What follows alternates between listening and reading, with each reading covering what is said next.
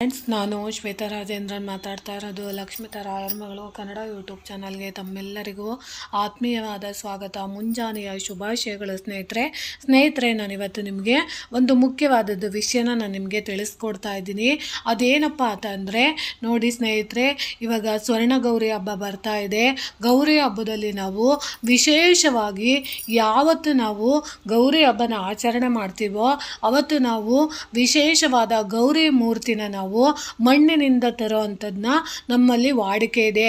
ಆದರೆ ಆ ತರೋದಕ್ಕೆ ಯಾಕೆ ನಾವು ಮಣ್ಣಿನ ಮೂರ್ತಿಯಿಂದ ಮಾಡಿರೋ ಅಂತಹ ಗೌರಿನ ನಾವು ತರಬೇಕು, ಯಾವ ಉದ್ದೇಶಕ್ಕೆ ತರಬೇಕು ಅನ್ನೋದ್ರದ್ದು ಮಹತ್ವನ ನಾನು ನಿಮಗೆ ಇವತ್ತು ತಿಳಿಸ್ಕೊಡ್ತಾ ಇದ್ದೀನಿ. ಅದು ಏನಪ್ಪ ಅಂದರೆ, ನೋಡಿ, ಸ್ವರ್ಣ ಗೌರಿ ವ್ರತದಲ್ಲಿ ಮಣ್ಣಿನ ಗೌರಿ ದೇವಿಯ ಪ್ರತಿಮೆಯನ್ನು ನಾವು ಮಾಡಿಸಬೇಕು. ಯಾಕಂದರೆ ಗಣೇಶನ ಪ್ರತಿಮೆಗಳು ಕಲ್ಲರಿಲ್ಲದೆ ದೊರೆಯುತ್ತದೆ, ಗೌರಿ ಪ್ರತಿಮೆ ಮಾತ್ರ ದೊರೆಯುವುದೇ ಇಲ್ಲ. ಆದರೆ ಹಳ್ಳಿಗಳಲ್ಲಿನ ಕುಂಬಾರರ ಮನೆಗೆ ಹೋಗಿ ಪ್ರತಿಮೆಯಾಗಬೇಕಾದರೆ ಕೇವಲ ಮಣ್ಣಿನ ಇನ್ನೂ ಕೆಮಿಕಲ್ಲಿನ ಬಣ್ಣ ಬಳಿಯದ ಪ್ರತಿಮೆಯನ್ನು ತಂದಿಟ್ಟುಕೊಳ್ಳುವುದು ಅತ್ಯಂತ ಸೂಕ್ತ. ನೋಡಿ, ನೀವು ಗೌರಿ ಹಬ್ಬ ಆಚರಣೆ ಮಾಡಬೇಕು ಅಂತ ಬಯಸ್ತಾ ಇರೋ ಅಂಥವ್ರು ಯಾರೇ ಆಗಿರ್ಬೋದು, ಅವರು ಈಗ ಇತ್ತೀಚಿನ ದಿನಗಳಲ್ಲಿ ನಿಮಗೆ ಎಲ್ಲಂದ್ರಲ್ಲಿ ಕೆಮಿಕಲ್ಸ್ ಅಂದರೆ ಬಣ್ಣ ಬೆಳೆದಿರೋ ಅಂಥ ಗೌರಿಯ ಪ್ರತಿಮೆಗಳು ಸಿಗುತ್ತೆ. ಖಂಡಿತವಾಗ್ಲೂ ಅಂಥ ಪ್ರತಿಮೆಗಳನ್ನು ನೀವು ತಂದು ಪೂಜೆನ ನೀವು ಮಾಡಿದ್ದೇ ಆದರೆ ಖಂಡಿತವಾಗ್ಲೂ ನಿಮಗೆ ಗೌರಿಯ ಅನುಗ್ರಹ ಆಗೋದಿಲ್ಲ.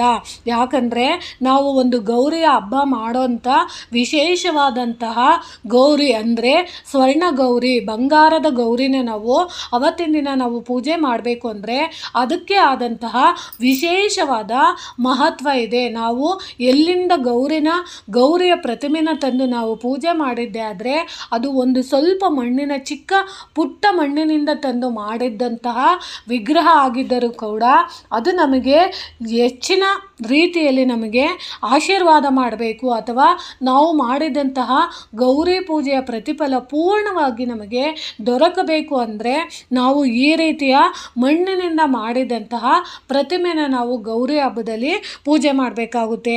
ಅದರಲ್ಲೂ ಮುಖ್ಯವಾಗಿ ನಾವು ಗೌರಿ ಪ್ರತಿಮೆನ ನೋಡಿ ಎಲ್ಲಿಂದ ತರಬೇಕು ಅಂದರೆ, ನೋಡಿ ಹೇಳ್ತೀನಿ, ಇದು ಸ್ವರ್ಣ ಗೌರಿ ವ್ರತ. ಸ್ವರ್ಣ ಗೌರಿ ಎಂದರೆ ಬಂಗಾರದಲ್ಲಿ ಪ್ರತಿಮೆಯನ್ನು ಮಾಡಿಸಿ ಪೂಜೆ ಮಾಡಿಸಿ ಆ ಬಳಿಕ ಪ್ರತಿನಿತ್ಯವೂ ಗೌರಿ ಶಂಕರರ ಆರಾಧನೆಯನ್ನು ಮಾಡುವ ಸದ್ಭಕ್ತರಿಗೆ ದಾನ ಮಾಡುವುದು ಸಹ ಪುರಾಣಗಳಲ್ಲಿ ಹೇಳಲ್ಪಟ್ಟಿದೆ. ಆದ್ದರಿಂದ ಎಂದಿಗೂ ಕುಂದಿಲ್ಲದ ಸಂಪತ್ತು ನಮ್ಮದಾಗುತ್ತದೆ, ಶಕ್ತಿ ಇದ್ದಲ್ಲಿ ಹಾಗೆ ಮಾಡಬಹುದು. ಅಂದರೆ ನಮ್ಮ ಗ್ರಂಥಗಳು ಏನು ಹೇಳುತ್ತೆ ಅಂದರೆ, ನಮ್ಮ ಹಿಂದೂ ಧರ್ಮದ ಧಾರ್ಮಿಕ ಗ್ರಂಥಗಳ ಪ್ರಕಾರ ನಾವು ಗೌರಿ ಹಬ್ಬನ ಆಚರಣೆ ಮಾಡಬೇಕು ಅಂದರೆ ಬಂಗಾರದಂತಹ ಗೌರಿ ಪೂಜೆಯನ್ನು, ಬಂಗಾರದ ಅಂದರೆ ಚಿನ್ನದ ಪ್ರತಿಮೆಯನ್ನು ತಂದು ಅದನ್ನು ನಾವು ಗೌರಿ ಶಂಕರರ ಸಮೇತ ನಾವು ಪೂಜೆಯನ್ನು ಮಾಡಿ, ತದನಂತರ ನಾವು ಯಾರಾದರೂ ಸದ್ಭಕ್ತರು ಅಂದರೆ ಶಿವ ಮತ್ತು ಪಾರ್ವತಿಯ ಪೂಜೆಯನ್ನು ಸದ್ಭಕ್ತರು ಯಾರು ಪ್ರತಿದಿನ ಆಚರಣೆ ಮಾಡಿ ಅದನ್ನು ರೂಢಿಸಿಕೊಂಡಿರ್ತಾರೋ ಅಂತಹ ದಂಪತಿಗಳಿಗೆ ಆ ಚಿನ್ನದ ಪ್ರತಿಮೆನ ನಾವು ದಾನವಾಗಿ ಕೊಡೋದ್ರಿಂದ ಖಂಡಿತವಾಗ್ಲೂ ನಮ್ಮ ಮನೆಯಲ್ಲಿ ಸಂಪತ್ತು ಅನ್ನೋದು ಅಭಿವೃದ್ಧಿ ಯಾವಾಗಲೂ ಆಗ್ತಾ ಇರುತ್ತೆ, ಕೊನೆವರೆಗೂ ಇದ್ದೇ ಇರುತ್ತೆ. ಆದರೆ ಇತ್ತೀಚಿನ ದಿನಗಳಲ್ಲಿ ಸ್ವರ್ಣ ಅಂದರೆ ಚಿನ್ನದ ಪ್ರತಿಮೆನ ಮಾಡಿಸೋಷ್ಟು ಶ್ರೀಮಂತರು ಇದ್ದರೂ ಕೂಡ ನಾವು ಯಾವುದೇ ಒಂದು ಚಿನ್ನದ ಪ್ರತಿಮೆನ ನಾವು ಇಟ್ಟು ಪೂಜೆ ಮಾಡೋದ್ರ ಜೊತೆಯಾಗಿ ನಾವು ಒಂದು ಮಣ್ಣಿನ ವಿಗ್ರಹವನ್ನು ಕೂಡ ಪೂಜೆಗೆ ನಾವು ಇಟ್ಟಿದ್ರೆ ಮಾತ್ರ ನಾವು ಗೌರಿ ಪೂಜೆಗೆ ಶ್ರೇಷ್ಠಕರ. ಅದಕ್ಕೋಸ್ಕರ ನಾವು ಏನು ಮಾಡಬೇಕು ಅಂದರೆ, ಖಂಡಿತವಾಗ್ಲೂ ಚಿನ್ನದ ಪ್ರತಿಮೆ ಮಾಡ್ಸೋಕ್ಕಾಗಲಿಲ್ಲ ಅಂದರೂ ಪರವಾಗಿಲ್ಲ, ನಾವು ಮಣ್ಣಿನ ಪ್ರತಿಮೆನ ನಾವು ಖಂಡಿತವಾಗ್ಲೂ ಮಣ್ಣಿನಿಂದ, ಅದರಲ್ಲೂ ಶುದ್ಧವಾದ ಜೇಡಿ ಮಣ್ಣಿನಿಂದ ಮಾಡಿರೋ ಅಂತಹ ಗೌರಿನ ನಾವು ಅವತ್ತಿನ ದಿನ ಮನೆಗೆ ತರಬೇಕಾಗುತ್ತೆ. ಯಾಕೆ ಇದನ್ನು ಹೇಳ್ತಾ ಇದ್ದೀನಿ ಅಂದರೆ, ನೋಡಿ, ಇಲ್ಲದಿದ್ದರೆ ಚಿಂತೆ ಇಲ್ಲ, ನಮ್ಮ ಮನೆಯ ದೇವರು, ನಮ್ಮ ದೇವತೆಯರು ಕರುಣಾಳುಗಳು. ಒಂದು ದಳ ತುಳಸಿಗೆ, ಒಂದು ಬಿಲ್ವಪತ್ರೆಗೆ, ಒಂದು ಹೂವಿಗೆ, ಒಂದು ಗರಿಕೆಗೆ, ಒಂದು ಗಂಧೋದಕ್ಕೆ ಒಲಿಯುತ್ತಾರೆ. ಹೀಗಾಗಿ ಮಣ್ಣಿನಿಂದ ಮಾಡಿದಂಥ ಪ್ರತಿಮೆಯನ್ನು ಮಾಡಿಸಿ ಶುದ್ಧವಾದ, ನೋಡಿ ಸ್ನೇಹಿತರೆ, ಶುದ್ಧವಾದ ನೀರಿನಲ್ಲಿ ನಾವು ವಿಸರ್ಜನೆನ ಮಾಡಬೇಕಾಗುತ್ತದೆ. ಅಂದರೆ ಯಾವಾಗಲೂ ಅಷ್ಟೇ, ನಾವು ಗೌರಿನ ನಾವು ಶುದ್ಧವಾದ ಜೇಡಿ ಮಣ್ಣಿನಿಂದ ತಂದು ಅದನ್ನು ನಾವು ಪೂಜೆ ಮಾಡಿ ಆ ನಂತರ ನಾವು ಶುದ್ಧವಾದ ನೀರಿನಲ್ಲಿ ಗೌರಿಯ ಪ್ರತಿಮೆನ ನಾವು ವಿಸರ್ಜನೆ ಮಾಡಬೇಕಾಗುತ್ತದೆ. ನೋಡಿ ಯಾಕೆ ನಾವು ಹೇಳ್ತೀವಿ ಅಂದರೆ, ನಾವು ಬಂಗಾರದಲ್ಲಿ ಗೌರಿ ಪ್ರತಿಮೆನ ಮಾಡ್ಸೋಕ್ಕಾಗಲಿಲ್ಲ ಅಂದರೂ ಪರವಾಗಿಲ್ಲ, ಮಣ್ಣಿನ ಒಂದು ಪ್ರತಿಮೆಯನ್ನು ಖಂಡಿತವಾಗ್ಲೂ ಮಾಡಿಸ್ಲೇಬೇಕು. ನೋಡಿ ಇಲ್ಲಿ ಇನ್ನೂ ಒಂದು ಉತ್ತರ ಇದೆ. ನೋಡಿ ಅದ್ಭುತವಾದ ಉತ್ತರಗಳು ಇದಕ್ಕೆ ದೊರಕಿವೆ. ಪಾರ್ವತಿ ದೇವಿ ಯಾಕೆ ನಾವು ಮಣ್ಣಿನಲ್ಲಿಯೇ ವಿಗ್ರಹ ಮಾಡಿಸ್ಬೇಕು ಅನ್ನೋದ್ರ ಬಗ್ಗೆ ನಾನು ನಿಮಗೆ ತಿಳಿಸ್ಕೊಡ್ತಾ ಇದ್ದೀನಿ. ಅದ್ಭುತವಾದ ಉತ್ತರಗಳು ಇದಕ್ಕಿವೆ. ಪಾರ್ವತಿ ದೇವಿ ಸಮಗ್ರ ಚರಾಚರ ವಸ್ತುಗಳ, ವಿಶೇಷವಾಗಿ ಭೂಮಿಯ ಒಡತಿ, ಸಮಗ್ರ ಬ್ರಹ್ಮಾಂಡದಲ್ಲಿ ಅವಳು ವ್ಯಾಪಿಸಿರುವ ಕಾರಣಕ್ಕೆ ಅವಳು ಪೃಥ್ವಿ ಎಂದು ಕರೆಸಿಕೊಳ್ಳುತ್ತಾಳೆ ಎಂದು ಶ್ರೀ ಮಧ್ವಾಚಾರ್ಯರು ತಿಳಿಸಿದ್ದಾರೆ. ಪೃಥ್ವಿ ಎಂದರೆ ವ್ಯಾಪಿಸಿರುವವಳು ಎಂದರ್ಥ. ನೋಡಿ, ಪೃಥ್ವಿ ಅಂದರೆ ವಿಶಾಲ ಅಥವಾ ವ್ಯಾಪ್ತ, ಇಡೀ ಸಮಗ್ರ ಮಂಡಲವನ್ನು, ಅಂದರೆ ಇಡೀ ವಿಶ್ವದಲ್ಲಿ ಅವಳು ನೆಲೆಸಿದ್ದಾಳೆ ಪಾರ್ವತಿ ದೇವಿ ಎಂಬುದು ನಾವು ಅರ್ಥ ಮಾಡ್ಕೊಬೇಕು. ಆ ತಾಯಿ ಪಾರ್ವತಿ ದೇವಿ ತನ್ನವರ ಮೇಲಿನ ಅನುಗ್ರಹ ಮಾಡಲು ಕೈಲಾಸದಿಂದ ಕೆಳಗಿಳಿದು ಬರುತ್ತಾಳೆ. ಮಳೆಗಾಲದ ಈ ಸಮಯದಲ್ಲಿ ಮಳೆಯ ಮುಖಾಂತರ ಧರೆಗಿಳಿದು ಮಣ್ಣಿನ ಕಣಕಣದಲ್ಲಿಯೂ ಅವಳು ವ್ಯಾಪಿಸಿರುತ್ತಾಳೆ. ಹೀಗಾಗಿ ಮಳೆ ಬಿದ್ದು ಮೆತ್ತಗಾದ ಕೆರೆಯ ಜೇಡಿ ಮಣ್ಣನ್ನು ತಂದು ಕುಂಬಾರರು ಪ್ರತಿಮೆಗಳನ್ನು ಮಾಡಬೇಕು. ಕುಂಬಾರರು ಮಣ್ಣು ತರುವುದಕ್ಕೂ ಪ್ರತಿಮೆ ಮಾಡುವುದಕ್ಕೂ ಶಾಸ್ತ್ರೀಯವಾದ ವಿಧಿವಿಧಾನಗಳಿದೆ. ನೋಡಿ,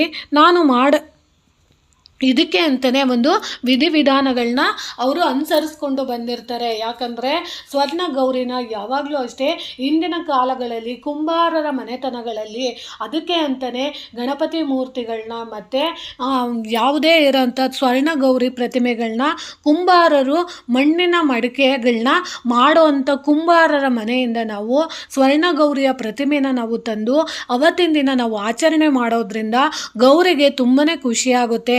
ಯಾಕಂದರೆ ನೋಡಿ ಹೇಳ್ತಾ ಇದ್ದಾರೆ ಏನಂತ ಅಂದರೆ, ಆ ತಾಯಿ ಪಾರ್ವತಿ ದೇವಿಯು ತನ್ನವರ ಮೇಲಿನ ಅನುಗ್ರಹ ಮಾಡಲಿಕ್ಕೋಸ್ಕರ ಕೈಲಾಸದಿಂದ ಕೆಳಗಿಳಿದು ಬರುತ್ತಾಳೆ.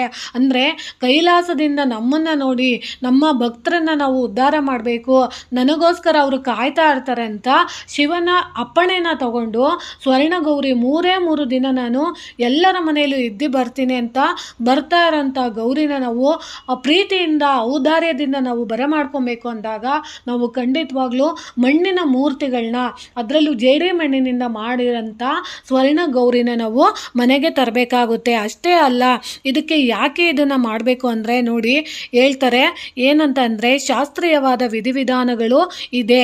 ಅದರಲ್ಲೂ ನಾವು ಕುಂಬಾರರ ಮನೆತನದಿಂದ ಯಾಕೆ ತರಬೇಕು ಅಂದರೆ ನೋಡಿ, ಅನ್ನವನ್ನು ಮಾಡುವ ಮಡಿಕೆಯನ್ನು ಮಾಡುವ ಕುಂಬಾರರ ಮನೆಯಿಂದಲೇ ಅನ್ನಪೂರ್ಣೆ ಬರಬೇಕು ಎನ್ನುವ ಮಹತ್ವದ ಕಾರಣಕ್ಕೆ ಕುಂಬಾರರು ಮಾಡಿದ ಪ್ರತಿಮೆಯೇ ಪೂಜೆಗೆ ಅರ್ಹವಾದದ್ದು. ಅದರಲ್ಲಿ ಮಾತ್ರ ತಾಯಿಯ ಸನ್ನಿಧಾನ ಇರುತ್ತೆ. ಅಂದರೆ ಅವರು ಕುಂಬಾರರು ಮಾಡ್ತಾ ಇರುವಂಥ ಮಡಿಕೆಯಲ್ಲಿ ಮಾಡ್ತಾ ಇರ್ತಾರೆ. ಮಡಿಕೆಗಳನ್ನ ಮಾಡೋವಂಥ ಕುಂಬಾರರ ಮನೆಯಲ್ಲಿ ನಾವು ಸ್ವರ್ಣ ಗೌರಿಯ ಪ್ರತಿಮೆನ ತರೋದ್ರಿಂದ ಅದಕ್ಕೆ ಆದಂತಹ ಮಹತ್ವ ಇದೆಯಂತೆ. ಅದರಲ್ಲಿ ನಾವು ಗೌರಿ ಯಾವಾಗಲೂ ತುಂಬ ಇಷ್ಟಪಟ್ಟು ಅವರ ಮನೆಗೆ ಹೋಗಿರ್ತಾಳೆ. ಅವರ ಕೈಯಿಂದ ನಾವು ಆ ಪ್ರತಿಮೆನ ತಂದಾಗ ನಮ್ಮ ಹಿಂದೂ ಧರ್ಮದ ಪರಮ ಪರಿಶುದ್ಧವಾದದ್ದು. ನೋಡಿ, ಅಲ್ಲಿಂದ ನಾವು ತಂದಾಗ ನಮಗೆ ಯಾವುದೇ ಜಾತಿ ಮತ ಭೇದವಿಲ್ಲದೆ ಮೂರ್ಖರು ಹೀಗಳಿರ್ತಾರೆ. ಆದರೆ ಪ್ರತಿಯೊಂದು ಜಾತಿಗೂ ಒಂದೊಂದು ವಿಶಿಷ್ಟವಾದ ಕರ್ತವ್ಯವಿದೆ. ಸಮಾಜದಲ್ಲಿ ಶ್ರೇಷ್ಠ ಗೌರವವಿದೆ. ಮದುವೆಯಾದಂತಹ ಪರಮ ಮಂಗಳ ಕಾರ್ಯ ಕ್ಷೌರಿಕವಿಲ್ಲದೆ ಆರಂಭವಾಗುವುದೇ ಇಲ್ಲ. ಆ ಕ್ಷೌರಿಕರ ವಾದ್ಯವೇ ಮಂಗಳವಾದ್ಯ. ನೀವು ತಂದು ವೀಣೆ ಕೊಳಲು ನುಡಿಸಿದರೂ ಅದು ಅವತ್ತಿನ ಮಂಗಳ ವಾದ್ಯಗಳಲ್ಲ. ಹಾಗೆ ಕುಂಬಾರರು ಮಾಡಿದ ಮಣ್ಣಿನ ಪ್ರತಿಮೆಯಲ್ಲಿಯೇ ದೇವರ ಸನ್ನಿಧಾನವಿರುತ್ತದೆ. ಇವತ್ತು ನಾವು ಜೇಬಿನಿಂದ ಹಣ ತೆಗೆದುಕೊಟ್ಟು ಪ್ರತಿಮೆ ತರುತ್ತೇವಲ್ಲ, ಅದು ಅತ್ಯಂತ ಅಶಾಸ್ತ್ರೀಯ. ಅಂದರೆ ವಿಳೆದೆಲೆ, ಅಡಿಕೆ, ಫಲಪುಷ್ಪಗಳ ಜೊತೆಯಲ್ಲಿ ಕುಂಬಾರ ಹೆಂಡತಿಯರಿಗೆ ಸೀರೆಯ ಕುಪ್ಪಸ, ದಾನ ಧರ್ಮಗಳನ್ನು ಮಾಡಿ ದುಡ್ಡನ್ನು ಇಟ್ಟು ಅವರಿಗೆ ನಾವು ಕುಟುಂಬ ಸಮೇತವಾಗಿ ಹೋಗಿ ನಮ್ಮ ಮನೆಯಲ್ಲಿ ನಮ್ಮ ಮನೆಗೆ ಬಂಗಾರದಂತಹ ಪ್ರತಿಮೆ ಅಂದರೆ ಬಂಗಾರದಂತಹ ವರ ಕೊಡುವವಳು ಸಿದ್ಧಳಾಗಿರುವಂತಹ ಸ್ವರ್ಣ ಗೌರಿನ ನಮ್ಮ ಮನೆಗೆ ಕಳಿಸ್ಕೊಡಿ ಅಂತ ಹೇಳಿ ನಾವು ಆ ಮಡಿಕೆನ ತಯಾರು ಮಾಡುವಂಥ ಕುಂಬಾರರ ಮನೆಗೆ, ದಂಪತಿಗಳ ಮನೆಗೆ ಹೋಗಿ ನೀವು ಅರಿಶಿಣ, ಕುಂಕುಮ, ಬಾಳೆಹಣ್ಣು, ಕುಪ್ಪಸ, ನಿಮ್ಮ ಮನೆಯಲ್ಲಿರುವಂಥ ದವಸ ಧಾನ್ಯಗಳು, ಹಣನ ಇಟ್ಟು ನೀವು ಕೊಟ್ಟು ಅಥವಾ ನೀವು ಅವರಿಗೆ ಅದನ್ನು ಕೊಟ್ಟು ತದನಂತರ ನೀವು ನಮ್ಮ ಮನೆಗೆ ಬಂಗಾರ ಕೊಡುವಂತಹ ಸಿರಿದೇವಿ, ಸಿರಿ ಸಂಪತ್ತು ಕೊಡುವಂಥ ಗೌರಿ ನಮ್ಮ ಮನೆಗೆ ಕಳಿಸ್ಕೊಡಿ ಅಂತ ನೀವು ಕೇಳಿ ಅವರಿಗೆ ಔದಾರ್ಯನ ತೋರಿಸಿ ತರೋದ್ರಿಂದ ಖಂಡಿತವಾಗ್ಲೂ ನಿಮಗೆ ಗೌರಿಯ ಅನುಗ್ರಹ ಖಂಡಿತವಾಗ್ಲೂ ಆಗುತ್ತೆ. ನೋಡಿ, ಕೈಲಾಸದ ಪರ್ವತದಿಂದ ಮೇಘದ ರೂಪದಲ್ಲಿ ಹೊರಟ ಪಾರ್ವತಿ ದೇವಿಯು ಮಳೆಯಾಗಿ ಭೂಮಿಯನ್ನು ಸೇರುತ್ತಾಳೆ. ಹೀಗೆ ಮಳೆಗಾಲದ ಈ ಮಣ್ಣಿನಲ್ಲಿ ಸ್ವಾಭಾವಿಕವಾಗಿ ಸುಗಂಧಮಯಳಾದ ಪಾರ್ವತಿ ದೇವಿಯ ಸನ್ನಿಧಾನವಿರುತ್ತದೆ. ಯಾಕೆ ನಾವು ಮಣ್ಣಿನ ಪ್ರತಿಮೆನ ನಾವು ಇಷ್ಟೊಂದು ಮಹತ್ವ ಕೊಡಬೇಕು ಅಂದರೆ, ನೋಡಿ, ಬರೀ ಮಣ್ಣು ಅಂತ ನೋಡಿದಾಗ ಪಾರ್ವತಿ ದೇವಿ ಬರೀ ಮಣ್ಣಾಗೆ ಕಾಣ್ತಾಳೆ. ಅಲ್ಲ, ನಾವು ಅದನ್ನು ದೇವತೆಯ ರೂಪದಲ್ಲಿ ನಾವು ಯಾಕೆ ನೋಡಬೇಕು ಅಂದರೆ, ನೋಡಿ ಹೇಳ್ತಾ ಇದ್ದಾರೆ, ಕೈಲಾಸದ ಪರ್ವತದಿಂದ ಮೇಘದ ರೂಪದಲ್ಲಿ ಹೊರಟ ಪಾರ್ವತಿ ದೇವಿ ಮಳೆಯಾಗಿ ಭೂಮಿಯನ್ನು ಸೇರುತ್ತಾಳೆ. ಹೀಗೆ ಮಳೆಗಾಲದ ಈ ಮಣ್ಣಿನಲ್ಲಿ ಸ್ವಾಭಾವಿಕವಾಗಿ ಸುಗಂಧಮಯಳಾದ ಪಾರ್ವತಿ ದೇವಿಯ ಸನ್ನಿಧಾನವಿರುತ್ತದೆ. ಕುಂಬಾರರು ಮಣ್ಣಿಗೆ ನೀರನ್ನು ಸೇರಿಸಿ ಪ್ರತಿಮೆ ಮಾಡಿದಾಗ ರೂಪ ಸಹಿತಳಾಗಿ ಪಾರ್ವತಿ ಸನ್ನಿಹಿತಳಾಗುತ್ತಾಳೆ. ಕುಂಬಾರರ ಮನೆಯಿಂದ ಆ ಪ್ರತಿಮೆಯನ್ನು ವಾದ್ಯಗಳ ಸಮೇತವಾಗಿ ತರುವಾಗ ಗಾಳಿಯಲ್ಲಿರುವ ಪಾರ್ವತಿ ದೇವಿ ಪ್ರತಿಮೆಯಲ್ಲಿ ಸೇರಿಕೊಳ್ಳುತ್ತಾಳೆ. ನಾವು ಅದನ್ನು ಆರತಿ ಎತ್ತಿ ಮನೆಯೊಳಗೆ ತಂದಿಟ್ಟು ಪ್ರತಿಮೆಯ ಮುಂದೆ ದೀಪ ಹಚ್ಚಿದಾಗ ಅದರಲ್ಲಿನ ಜ್ಯೋತಿ ರೂಪದಿಂದ ತಾಯಿ ಪ್ರತಿಮೆಯನ್ನು ಸೇರುತ್ತಾಳೆ. ನೋಡಿದ್ರ ಫ್ರೆಂಡ್ಸ್, ಎಷ್ಟು ವಿಶೇಷ ಇದೆ. ನಾವು ಸುಮ್ಮನೆ ಅದನ್ನು ಬರೀ ಮಣ್ಣು ಅಂತ ನೋಡ್ತೀವಿ. ಆ ಮಣ್ಣಲ್ಲೂ ಒಂದು ಜೀವ ಇದೆ, ಅದಕ್ಕೆ ಅದರದೇ ಆದಂತಹ ಒಂದು ಸತ್ವ ಇದೆ, ಭಾವನಾತ್ಮಕವಾದ ಭಾವನೆಗಳಿದೆ. ಅದರಲ್ಲಿ ತಾಯಿ ಬಂದು ಒಂದು ಶಕ್ತಿ ರೂಪಳಾಗಿ ಸೇರ್ತಾಳೆ ಅಂದರೆ ಅದು ಒಂದು ಜೇಡಿನ ಮಣ್ಣಿನ ಒಳಗಡೆ ನಮಗೆ ಇಷ್ಟೆಲ್ಲ ಬಂದು ಸೇರಿ ನಮಗೆ ಇಷ್ಟೆಲ್ಲ ಹರಿಸ್ತಾಳೆ ಅಂದರೆ ಅಂಥ ಬಂಗಾರದಂತಹ ಗೌರಿನ ನಾವು ಜೇಡಿ ಮಣ್ಣಿನಲ್ಲಿ ನಾವು ಪೂಜಿಸಬೇಕಾಗುತ್ತೆ. ಆ ಬಳಿಕ ಮಾರನೆಯ ದಿವಸ ಪ್ರಾಣ ಪ್ರತಿಷ್ಠಾಪನೆಯ ಮಂತ್ರಗಳನ್ನು ಹೇಳಿದಾಗ ಅದರಲ್ಲಿ ಆಕಾಶಕ್ಕೆ ನಿಯಾಮಕಳಾದ ಪಾರ್ವತಿ ದೇವಿ ಸನ್ನಿಹಿತಳಾಗುತ್ತಾಳೆ. ನೋಡಿ, ನಾವು ಯಾವುದೇ ಒಂದು ಮಣ್ಣಿನ ಪ್ರತಿಮೆ ಮುಂದೆ ಮಂತ್ರಗಳನ್ನ ನಾವು ಉಚ್ಚಾರಣೆ ಮಾಡೋದ್ರಿಂದ ಅಥವಾ ನಮಗೆ ಬರುವಂತಹ ಯಾವುದೇ ಇರ್ಬೋದು, ನಮಗೆ ದೊಡ್ಡ ದೊಡ್ಡ ಮಂತ್ರಗಳನ್ನ ಉಚ್ಚಾರಣೆ ಮಾಡೋಕ್ಕೆ ಬರಲಿಲ್ಲ ಅಂದ್ರೂ ಅವತ್ತಿನ ದಿನ ನಾವು ಗೌರಿನ ನಾವು ಶ್ರೀ ಗೌರಿ ಅಂತ ನಾವು ಪೂಜೆ ಮಾಡಿದ್ದರೆ ಸಾಕು, ಖಂಡಿತವಾಗ್ಲೂ ಶಕ್ತಿ ತಾಯಿ ಅದಕ್ಕೆ ಜೀವ ತುಂಬುತ್ತಾಳೆ ಅನ್ನೋದನ್ನ ನಾವು ಹೇಳ್ಬೋದು. ನೋಡಿ, ಆ ಬಳಿಕ ಮಾರನೆಯ ದಿವಸ ಪ್ರಾಣ ಪ್ರತಿಷ್ಠಾಪನೆಯ ಮಂತ್ರಗಳನ್ನು ಹೇಳಿದಾಗ ಅದರಲ್ಲಿ ಆಕಾಶಕ್ಕೆ ನಿಯಾಮಕಳಾದ ಪಾರ್ವತಿ ದೇವಿ ಸನ್ನಿಹಿತಳಾಗುತ್ತಾಳೆ. ಹೀಗೆ ಭೂಮಿ, ಜಲ, ವಾಯು, ಅಗ್ನಿ, ಆಕಾಶಗಳೆಂಬ ಪಂಚಭೂತಗಳಲ್ಲಿ ನೆಲೆ ನಿಂತ ತಾಯಿ ಪಾರ್ವತಿ ಪ್ರತಿಮೆಯಲ್ಲಿ ಸನ್ನಿಹಿತಳಾಗುತ್ತಾಳೆ. ನಮ್ಮಿಂದ ಪೂಜೆಗೊಂಡು ಮತ್ತೆ ಕಡೆಯ ದಿವಸ ಮಂತ್ರಗಳನ್ನು ಹೇಳಿದಾಗ ಆಕಾಶದಲ್ಲಿ ಹೊರಡುವಾಗ ಮಾಡುವ ಆರತಿಯಿಂದ ಅಗ್ನಿಯಲ್ಲಿ ವಾದ್ಯಗಳ ಸಮೇತ ದಾರಿಯಲ್ಲಿ ಹೋಗುವಾಗ ವಾಯುವಿನಲ್ಲಿ ಮತ್ತು ನೀರಿನಲ್ಲಿ ವಿಸರ್ಜನೆ ಮಾಡಿದಾಗ ನೀರು ಮತ್ತು ಭೂಮಿಗಳಲ್ಲಿ ಸೇರುತ್ತಾಳೆ. ನೋಡಿದ್ರೆ ಸ್ನೇಹಿತರೆ, ಎಷ್ಟು ಖುಷಿಯಾಗುತ್ತೆ ಅಂದರೆ ನಮ್ಮ ಹಿಂದೂ ಧಾರ್ಮಿಕ ಸಂಸ್ಕೃತಿಯಲ್ಲಿ ಎಷ್ಟು ವಿಶೇಷವಾಗಿ ಕೂಡಿದೆ. ಅಂಥ ಗೌರಿನ ನಾವು ಯಾವತ್ತೂ ಅಷ್ಟೇ ನಾವು ದೇವರುಗಳನ್ನ ಬೇರೆ ಬೇರೆ ರೀತಿಯಲ್ಲಿ ಲೆಕ್ಕಾಚಾರ ಮಾಡ್ಕೊಂಡಿರ್ತೀವಿ. ದೇವರಲ್ಲಿ ಯಾವತ್ತೂ ಬಡವ ಶ್ರೀಮಂತ ಅನ್ನೋ ಭೇದ ಭಾವ ಇರಲ್ಲ. ಶ್ರೀಮಂತರ ಮನೆಗಳಲ್ಲಿ ಚಿನ್ನದ ವಿಗ್ರಹಗಳನ್ನಿಟ್ಟು ಪೂಜೆನ ಆಡಂಬರದಿಂದ ಮಾಡ್ತಾರೆ.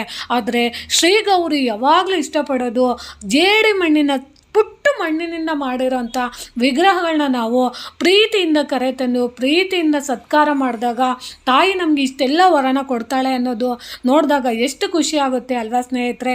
ಇಂಥ ಗೌರಿನ ನಾವು ಗೌರಿ ಹಬ್ಬದ ದಿನ ನಾವು ಜೇಡಿ ಮಣ್ಣಿನಿಂದ ಮಾಡಿರೋಂಥ ವಿಗ್ರಹನ ನಾವು ಪೂಜೆ ಮಾಡಬೇಕಾಗುತ್ತೆ. ಅದರಲ್ಲೂ ನೋಡಿ ಗಣಪತಿಯು ಸಹ ಇದೇ ರೀತಿಯಲ್ಲಿ ಭೂತಾತ್ಮಕನಾಗಿ ನಮ್ಮ ಮನೆ ಸೇರುತ್ತಾನೆ ಮತ್ತು ನೀರಿನಲ್ಲಿ ವಿಸರ್ಜಿಸಿದಾಗ ಆ ಸಮಗ್ರ ದೈವಿಕ ಶಕ್ತಿ ಜಗತ್ತಿನಲ್ಲಿ ವ್ಯಾಪಿಸಿ ನಿಲ್ಲುತ್ತದೆ. ಅಂದರೆ ಪಂಚಭೂತಗಳಲ್ಲಿನ ದೇವತಾ ಶಕ್ತಿಯನ್ನು ಒಂದೆಡೆ ಸೇರಿಸಿ ಆ ಶಕ್ತಿ ಸ್ವರೂಪಿಣಿಯನ್ನು ವಿಘ್ನ ನಿವಾರಕನನ್ನು ಭಕ್ತಿಯಿಂದ ಪೂಜಿಸಿ ಆನಂತರ ಆ ಶಕ್ತಿಯನ್ನು ಮತ್ತೆ ಪಂಚಭೂತಗಳಲ್ಲಿ ಸೇರಿಸುತ್ತೇವೆ. ಕೃಷಿಯಲ್ಲಿ ನೋಡಿ ಎಷ್ಟು ಚೆನ್ನಾಗಿದೆ.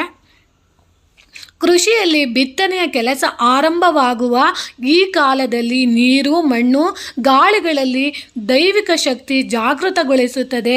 ಈ ಸ್ವರ್ಣಗೌರಿ ಪೂಜೆ ಮತ್ತು ಗಣಪತಿಯ ಆರಾಧನೆ ಹೀಗೆ ಮಣ್ಣು, ನೀರು, ಗಾಳಿ, ಬೆಂಕಿ, ಆಕಾಶಗಳೆಂಬ ಪಂಚಭೂತಗಳಲ್ಲಿನ ಜಗದಾಂಬಿಕೆಯನ್ನು, ವಿಶ್ವನಾಥನನ್ನು, ಗಣಪತಿಯನ್ನು, ಅವರ ಅಂತರ್ಯಾಮಿಯಾದ ಲಕ್ಷ್ಮೀ ರಮಣ ನಾರಾಯಣನನ್ನು ಆರಾಧಿಸುವ ದಿವ್ಯವಾದ ಹಬ್ಬವೇ ಗೌರಿ ಗಣೇಶ ಹಬ್ಬಗಳು. ನೋಡಿದ್ರ ಸ್ನೇಹಿತರೆ, ನಾವು ಇಷ್ಟು ದಿನ ಅಂದ್ಕೊಂಡಿದ್ದೋ ಬರೀ ಗೌರಿ ಹಬ್ಬ ಅಂದರೆ ನಾವು ಏನಪ್ಪ ಬರೀ ಗೌರಿನ ತರ್ತೀವಿ, ಏನೋ ಒಂದು ಮಣ್ಣಿನ ರೂಪದಲ್ಲಿ ಮಾಡಿರೋ ಅಂಥ ಸಾಮಾನ್ಯವಾದ ಒಂದು ವಿಗ್ರಹ ಅಂತ ಅಂದ್ಕೊಂಡಿದ್ದೋ. ಖಂಡಿತವಾಗ್ಲೂ ಇಲ್ಲ. ನಾವು ಯಾವತ್ತೂ ಅಷ್ಟೇ ನಾವು ಒಂದು ಧರ್ಮನ ಅಥವಾ ಒಂದು ಸಂಸ್ಕೃತಿನ ಅಥವಾ ಒಂದು ಹಿಂದೂ ಜಾಗೃತಿಯಲ್ಲಿ ನಾವು ಒಂದು ಸಂಸ್ಕೃತಿನ ನಾವು ಅವಲೋಕಿಸಿ ನೋಡಿದಾಗ, ನಮ್ಮ ಪೂರ್ವಿಕರು ಬರೆದಿರೋಂಥ ಗ್ರಂಥಗಳನ್ನ ನಾವು ಓದಿದಾಗ ಅಥವಾ ಅದರಲ್ಲಿ ನಾವು ಒಡನಾಟದಲ್ಲಿ ನಾವು ತಿಳ್ಕೊಳ್ಳೋ ಅಂಥ ಪ್ರಯತ್ನ ಪಟ್ಟಾಗ ಅದರಲ್ಲಿ ಎಷ್ಟೆಲ್ಲ ವಿಶೇಷ ಇದೆ.